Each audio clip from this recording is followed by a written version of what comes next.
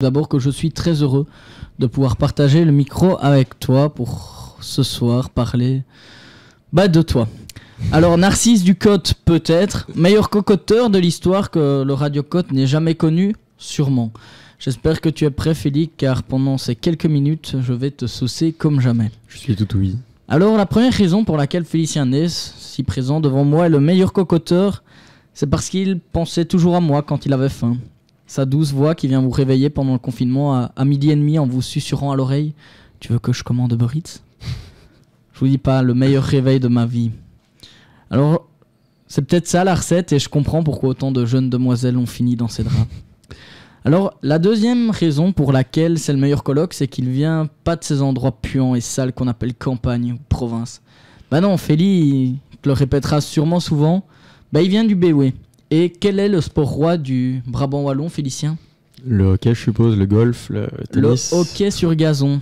Eh oui, le hockey sur gazon. Le hockey noble, pas celui sur glace où les gens ne font que se taper sur la gueule. Non, dans le Béoué, on aime le beau hockey, le grand hockey. Pas ce sport crasseux comme le football où les gens sortent du terrain en étant dégueulasses. Non, on est propre, car le hockey sur gazon se joue sur une surface synthétique. Mais je vais te faire une confidence, Félicien. Moi, Alexandre Gérard, descendant d'agriculteurs et de la brousse, qui sent bon le purin et qui n'a pas toujours l'accès à l'eau chaude, moi, le campagnard, j'aime le hockey sur gazon. Alors d'abord, pour ceux qui ne le savent pas, le hockey sur gazon, c'est l'histoire de deux équipes composées de 11 joueurs. Ils s'affrontent avec une crosse et le but est de mettre la balle, qui pèse environ une centaine de grammes, 126 grammes pour être précis, dans un but. Mais pour marquer, le joueur doit se trouver dans une position spéciale. Il doit se trouver dans un demi-cercle. Et la taille de ce demi-cercle fait exactement 14,63 mètres de rayon. Le match se déroule en 4 quarts-temps de 15 minutes. Et dans les matchs à élimination directe, comme en finale des JO par exemple, on en parlera plus tard, il n'y a pas de vainqueur. S'il n'y a pas de vainqueur au bout des 4 fois 15 minutes, alors on passe à des prolongations et puis une série de shoot-out. Mais Félicien, tu me demanderas, qu'est-ce que sont que les shoot-out ? Eh bien c'est simple. Un joueur doit se trouver avec la balle à une certaine distance du goal. Et puis il doit avancer, rentrer dans le cercle, pénétrer dans le cercle comme on dit, et marquer pour faire un point. Et il y a une série de 5 shot-out, donc celui qui a marqué le plus de shot-out au bout de ces 5 shot-out gagne la partie. Mais si c'est match nul, c'est la mort subite. Donc le premier qui rate perd la partie.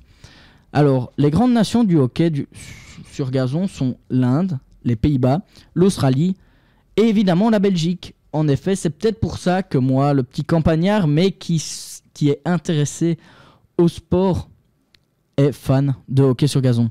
Nos chemins n'étaient pas prédestinés à se croiser, mais c'est ça la magie du sport après tout. Alors tout a commencé aux Jeux Olympiques de Londres en 2012. Nos Red Lions, le surnom de l'équipe nationale belge de hockey, finissent à la 5e place. Pendant longtemps, ils n'ont pas réussi à gagner de grands championnats. Puis en 2016, le rêve arrive. Belgique-Argentine. La Belgique est favorite dans ce match. La pression est-elle trop grande ?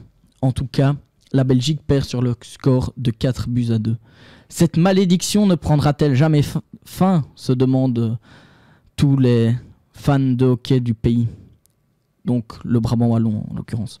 Eh bien si, ça se passe en 2018 et on aurait pu, année où on aurait pu ou dû devenir champion du monde de football. Mais nos hockeyeurs ont réussi l'exploit de devenir les rois du monde. La Belgique sur le toit du monde avec une victoire au shootout. Et voilà pourquoi je t'en parlais, Félicien, face aux voisins, au moins aussi arrogants que toi, nos voisins hollandais. Puis, les victoires se sont enchaînées. Euro 2019. Et après ça, le Graal. La consécration ultime pour une génération de joueurs. Le rêve d'une vie. Les Jeux Olympiques. Les Jeux Olympiques 2021 à Tokyo, c'était cet été. C'était le grand objectif des joueurs depuis très longtemps. C'était le rêve de gosse. Et j'étais devant ma télévision aussi exalté que devant un match des Diables Rouges. Et ça, c'est pas un mince exploit pour un fan du ballon rond. Alors voilà, Félix, je m'excuse d'avoir un peu tergiversé et de n'avoir pris que 2 bonnes raisons pour expliquer à quel point tu étais un bon coloc. Mais le cœur a pris le dessus. Et quand tu veux pour un prochain Uber Eats. C'est vrai que je trouve que t'as un peu digressé du sujet là, Alex. On était parti sur moi, t'es parti sur le hockey. Mais après... en fait, j'étais parti pour faire. Et puis la deuxième raison, le BOE, ça m'a inspiré autre chose. Et ça ne m'étonne pas de toi, Alex.